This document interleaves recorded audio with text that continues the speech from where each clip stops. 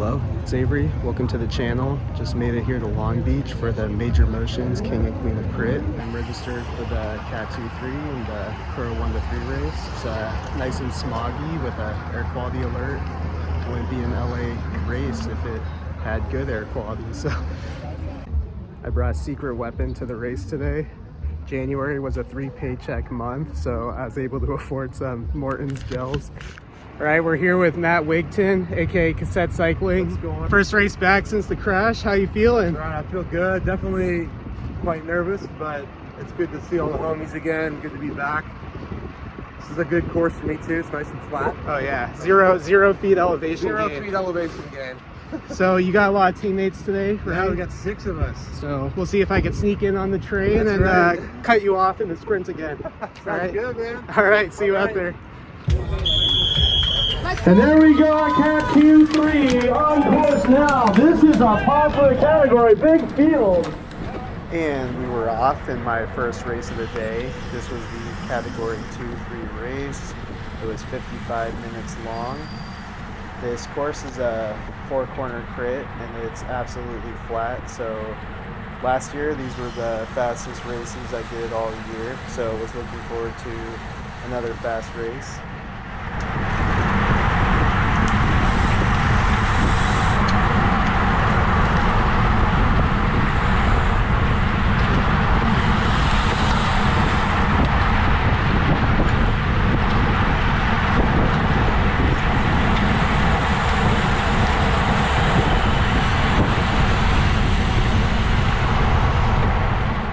As you can see, the turns are all pretty wide and sweeping. There are cones cutting off use of the entire road, but it's still really wide. For some reason though, people seem to always end up on the outside of the cones on the first 2 turns.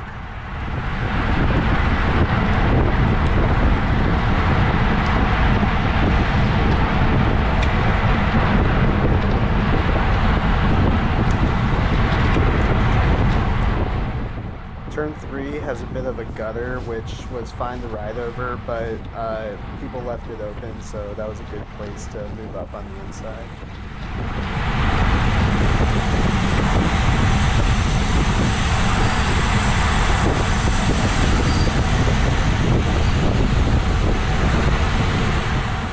Turn 4 is the tightest on the course, although the road is so wide open you can take it pretty much flat out. But what would happen is the field would slow up going into the turn, and then we'd end up pushing it on the straightaway into the finish. Probably the main feature on this course for me is how tight the main straight gets when you're near the finish line. So that's something to keep in mind for the sprint later on.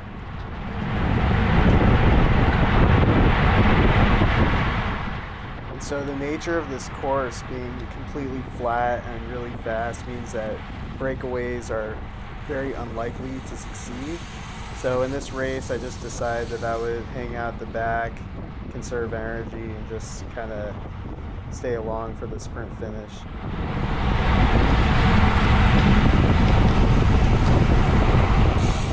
If you've watched any of my videos before, you know that this is always my strategy, and you may wonder, do you only do flat races?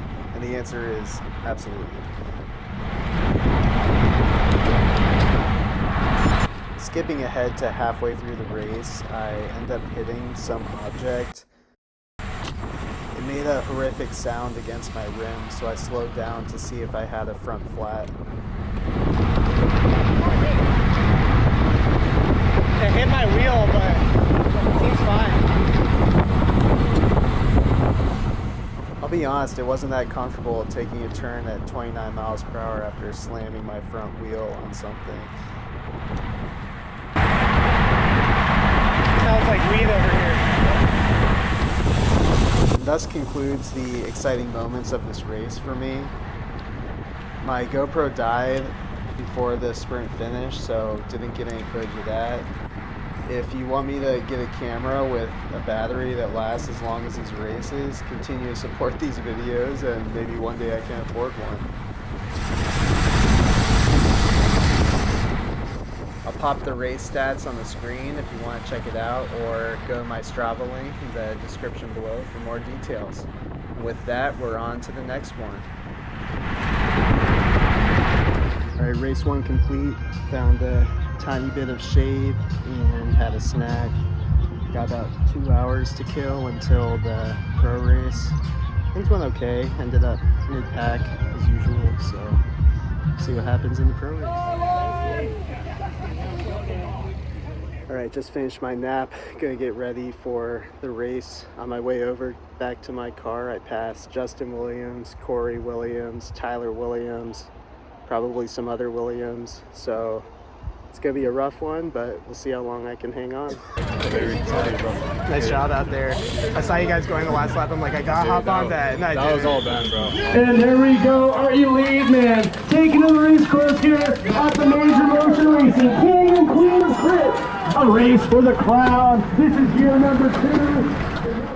You could hear me talking to Will from the Chamois Bros about how, you know, if I only did something completely different at the end of the race, I would have had a better result. Yeah. Settle in. So you can tell already right off the start, it's a much faster race. There's also a huge field. There were 84 people in it. So I knew I was going to have to just put my head down and try my best.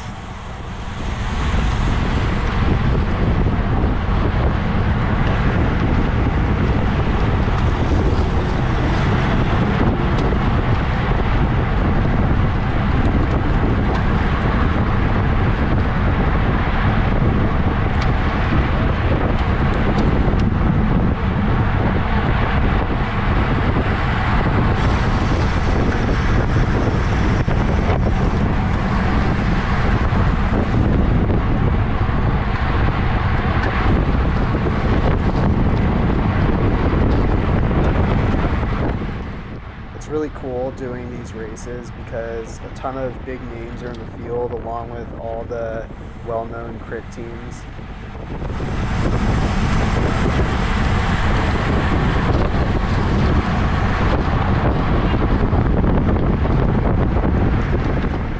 I was really impressed too by how many women were in the field, considering that their 1 hour race ended 10 minutes before this race started. So props to them. 1 minute and 51 second lap time.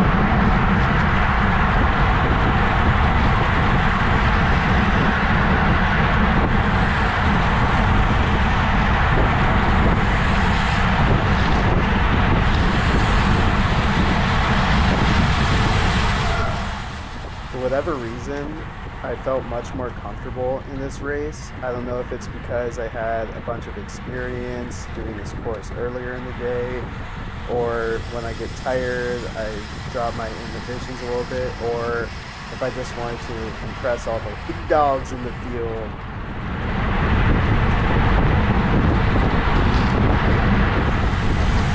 So a few laps into this race, I looked down at my computer and realized just how freaking fast we were going. So going into the front straight here, we hit 5 miles in just a little bit over 10 minutes. So we were averaging close to 30 miles per hour, or however many kilometers per hour that is, a lot.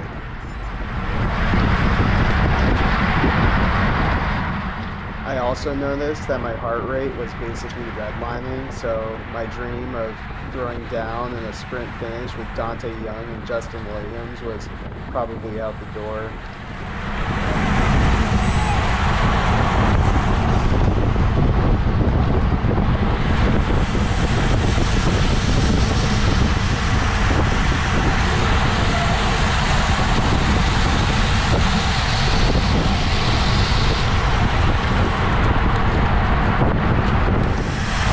Jumping ahead, we were maintaining almost the same pace as we hit 10 miles, which is absolutely absurd. I think anybody watching this video that's into riding can appreciate just how crazy it is to average close to 30 miles per hour for this long.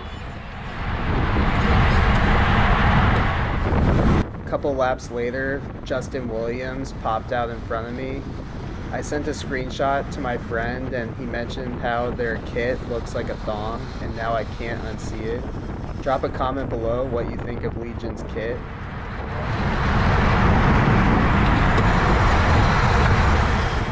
Justin Williams ended up getting second in this race, so in hindsight, I probably should have just stayed on his wheel. Later that same lap, the field started getting really strung out. I think there was a couple guys off the front and a chase started to form. As you can see, I was completely dead at this point, and I saw Eli from Bros Ride Bikes, so I got behind him.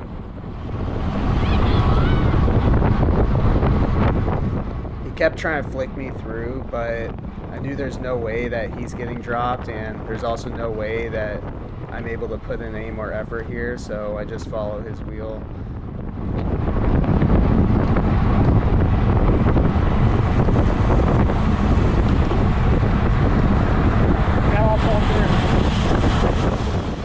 Unfortunately, none of my jokes landed this day.